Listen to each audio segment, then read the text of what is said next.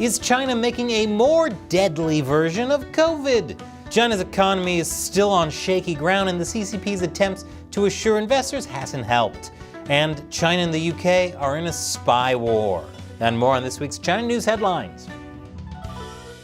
Welcome to China Uncensored. I'm Chris Chappell. This episode is sponsored by Surfshark. Whenever you go online, you should be using a VPN like Surfshark to cover your tracks and protect your identity. I'll tell you more at the end. So remember that fast fashion company Shein? You know, the Chinese fast fashion company? Before Temu took over the market? Shein was basically the MySpace to Temu's Facebook. Only instead of being filled with My Chemical Romance flash animations, it's filled with lies. If you Google where Shein is based, Google pulls up its Wikipedia page, which says it's based in Singapore. Now, it's true that that's where its international headquarters are, but its DNA is fully Chinese. As Made in China gets a worse and worse reputation, Shein has tried to shed its Chinese image. It's kind of like how British Petroleum changed its name to BP after spilling tons of oil in the Gulf of Mexico. What? No, that was British Petroleum that did that. We're BP, we're hip, cool, and assume everyone's a moron with the attention span of a goldfish. But while Shein might want to look less Chinese, the Chinese government isn't holding up any pretenses. There were reports last year that Shein was filing paperwork to list on US stock markets. And this week, the government basically admitted that Shein was a Chinese company. When China's cybersecurity police started investigating the company over its IPO listing for potential national security risks, it wants to know how Shein is handling the data on its staff, suppliers, and partners in China, and what would be disclosed to foreign investors. According to the Wall Street Journal, the company is seeking a green light from China's securities regulator before it can list overseas. Oh, Shein! And they almost had us fooled. They were a Singaporean company. And here I thought we would be lifelong friends, like MySpace Tom. In China's ongoing spy war with the West, a whistleblower has claimed that the UK subsidiary of a Hong Kong-based company tried to get a UK visa for a Chinese spy. The whistleblower claims the company, Golden Way Global Investments, was also involved in laundering money. Spying and money laundering from a Chinese company? No. What are you going to tell me next? That the Trix Rabbit is trying to steal cereal from children? That's so out of character and not what they're exclusively known for doing. The alleged spy was deported before he or she could get a visa, but last year the UK said it had arrested 2 men believed to be spying for China, which makes you wonder if the man the CCP said it arrested last week was a UK spy as it claimed, or if it just wanted to make it look like China was the victim of UK's espionage too. Because we all know how much China loves a tit-for-tat diplomatic spat. And speaking of tit-for-tat diplomatic spats, China's anti-dumping probe of French brandy could be the first bullet in a Europe-China trade war. Last year, the EU opened a probe into cheap Chinese EVs flooding the EU market, looking at whether they were being subsidized by the government. It also opened a similar probe into Chinese biodiesel and boom lifts. That China BP analogy I made earlier was spot on, because like BP's oil, China's products are causing a huge mess and spreading at an alarming rate. A trade lawyer at Field Fisher told Politico that China's investigation into French brandy was meant to send a message. He said China is basically pressuring these high-profile French brandy producers to use their open ear with the Élysée Palace to tell them the EU should be careful. Well, one thing's for sure. If China's a lightweight, it definitely needs to be careful with French brandy. And after the break, is China making a more deadly version of COVID? Welcome back. Can we just shut down all Chinese biolabs? Seriously? The Daily Mail reported this week that Chinese scientists have created a mutant coronavirus strain that attacks the brain and has a 100% kill rate in mice. Because why cure cancer or chickenpox when you can get more efficient at killing mice and potentially the human species? That's the only science we need. According to a pre-published study, the researchers took a COVID-like virus found in pangolins and transferred it to humanized mice to see how it would react in humans. Humanized mice? What, like Mickey? Leave those trouser-wearing rodents alone.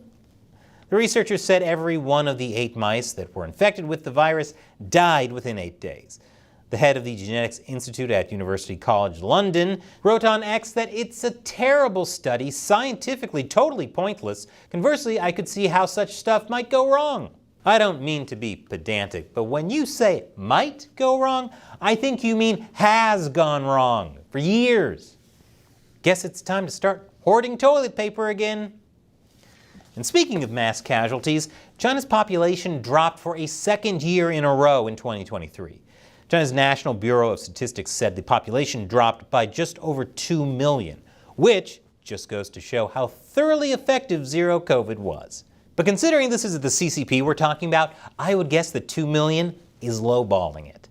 Of course, China likes to pin this decline on women who don't want to have babies. Fearing demographic collapse, the Chinese government has offered them sweeteners like cheaper housing, tax benefits, and cash. It has also invoked patriotism, calling on women to be good wives and mothers. Yep, the best way to get women who have been locked down for 3 years to want to have kids is to guilt trip them about not being patriotic enough and try and lock them down for 18 years. That's a bold move, Cotton. Let's see if it pays off. And after the break, things aren't looking good for China's economy. Welcome back. For a lot of people in China, the economy feels like it's in a recession.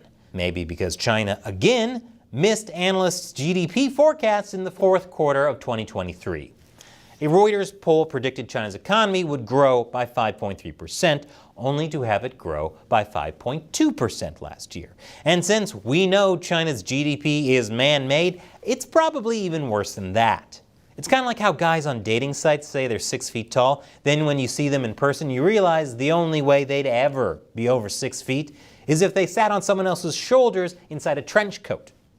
Another Reuters poll predicted China's growth would further decline in 2024 to 4.6%. So yeah, even China's biggest cheerleaders aren't able to paper over how bad it is now. Jamie Dimon, the CEO of JP Morgan Chase, for example, is finally admitting that China's not the hot investment he's been telling people for years that it is. He said at Davos this year that anyone getting into the China market now needs to be a little worried because the risk-reward equation has changed dramatically. Which is really just another way of saying that his investments are positioned so he wins if people don't get into the China market, which is smart, considering not being invested in the China market is the best investment advice there is. This baby isn't invested in China. He's smarter than half the people on Wall Street. China's Premier Li Qiang spoke at Davos this week where he promised China would stay committed to its fundamental policy of opening its door wider to the world. However, analysts say the lack of specifics about how China would be more welcoming to foreign investment did little to inspire confidence. In fact, Li seemed to make investors even more worried by downplaying the likelihood that the Chinese government would step in with a stimulus next year. He did about as good a job of inspiring confidence as Edward Scissorhands would interviewing to become a trainer at a balloon animal petting zoo. And speaking of China's data fixing, China has started releasing its youth unemployment rate again.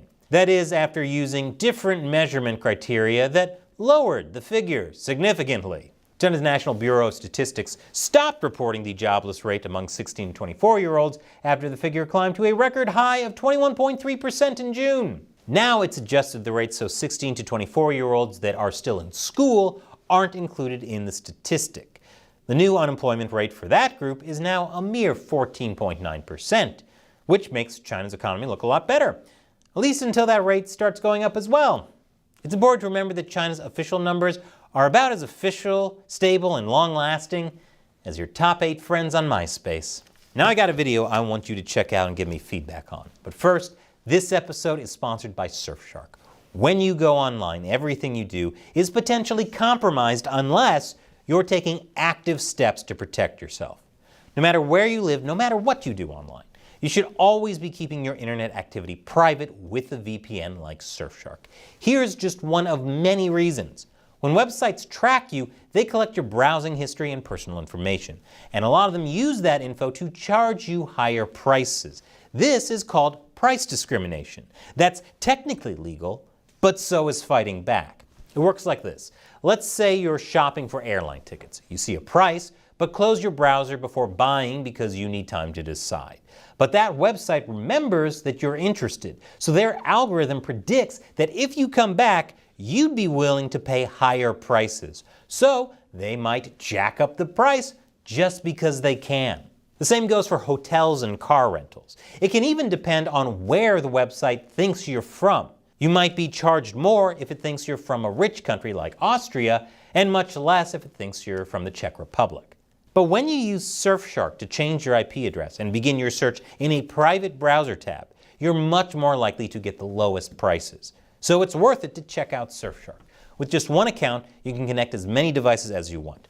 Try it out now because right now you can get the Surfshark winter deal. Go to surfshark.com/uncensored and get up to 6 additional months for free. That's surfshark.com/uncensored and use the code uncensored. The link is in the description. And here's that video I want to show you. It's about what happens when video games look this real. Yeah, that's not body cam footage, that's a video game. Once again, I'm Chris Chappell. Thanks for watching China Uncensored.